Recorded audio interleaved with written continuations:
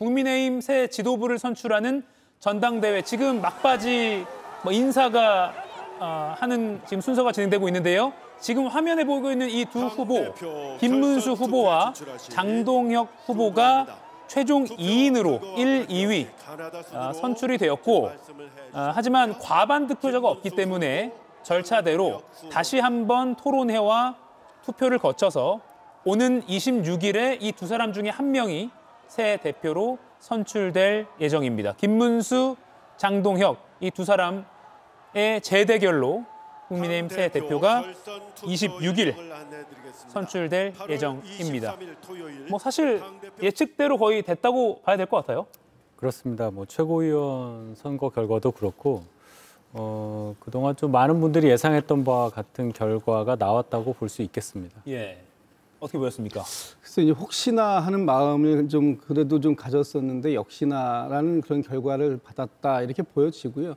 저 한 가지 아쉬운 점은 결선 투표에 간다고 하더라도 찬탄파와 반탄파가 한 분씩 올라가는 것이 조금 더 국민의 힘을 위해서는 바람직하지 않았었을까라고 생각을 하는데 지금 이번에 김문수 후보와 장동혁 후보가 결선에 올라갔다라는 것은 결국은 앞으로 국민의 힘이 나아가야 할 방향을 기본적으로는 반탄파 또는 윤어게인을 주장하시는 분들의 목소리를 가지고 갈 수밖에 없는 기본적인 구조, 토대가 만들어졌다는 것이고요. 예. 좀 전에 최고위원도 언급 주셨습니다만 최고위원 4분의 후보, 청년 최고위원까지 해서 5분의 최고위원 중에 그중에 반탄파가 3분, 그리고 찬탄파가 2분밖에 안 된다면 결과적으로 지금 국민의힘의 새로운 지도부는 반탄파 지도부가 압승하고 있다 이렇게 표현해도 과언이 아닐 정도여서 앞으로 국민의힘에게 국민들이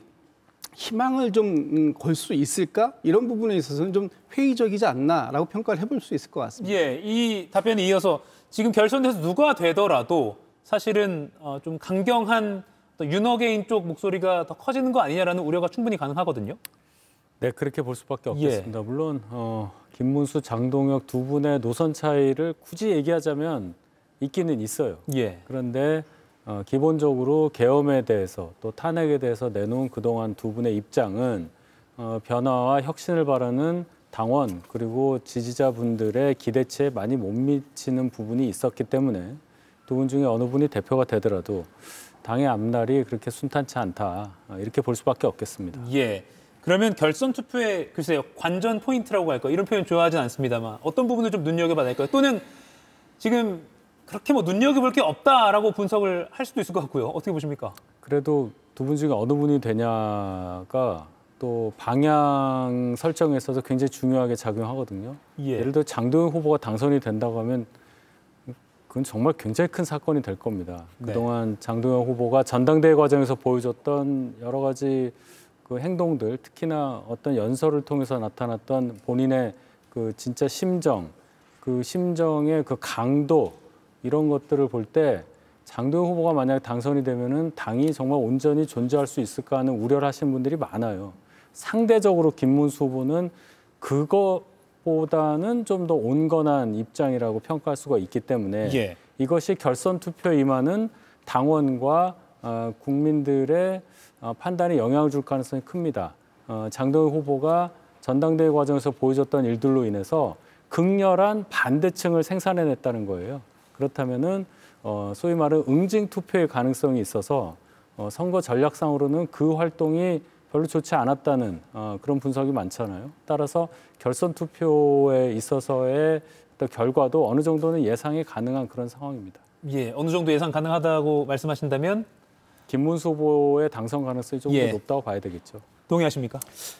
결과론적으로는 그렇게 될 수 있을 것 같습니다. 그런데 국민의 힘을 위해서도 장동혁 후보보다는 김문수 후보 쪽의 당선이 조금 더 나은 것 아니냐라는 평가를 일부 하고 있는 분들도 계세요. 왜냐하면 장동혁 후보가 지난 캠페인 기간 동안 보여줬던 모습들 굉장히 극우화하는 모습도 있었고 또 지금 소위 찬탄파 분들에게는 당을 나가라라는 부분들까지 아주 공개적으로 얘기를 했습니다. 그렇기 때문에 장동혁 후보가 만약에 당 대표가 된다고 한다면 지금 그 국민의힘은 이제 분당 우려가 나오는데 그 우려가 그냥 기우 정도가 아니라 현실화될 가능성도 상당히 높아지는 거 아니냐 이렇게 볼 수 있는 것이고요.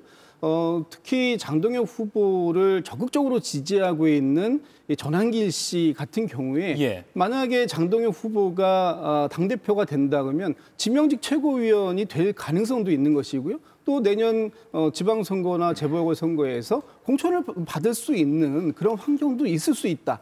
그렇기 때문에 지금의 국민의힘이 과연 이 오늘 결과로만 놓고 보면은 사실상 이제 반탄파 또는 내란을 옹호하고 지지했다라는 비난까지도 감수하겠다라는 것이 당원들의 의사로 확인된 만큼 앞으로 국민의힘에서 보여주는 모습이 과연 일반 국민들의 눈높이 그리고 건전한 보수의 가치를 지향하는 그런 국민의힘으로 다시 나갈 수 있을까 하는 부분에 있어서 많은 걱정이 저는 있다 이렇게 평가하고 싶습니다. 예, 지금 제 옆에 계신 두 분 다 앞날을 아주 걱정하는 그런 취지의 목소리를 많이 내주고 계십니다.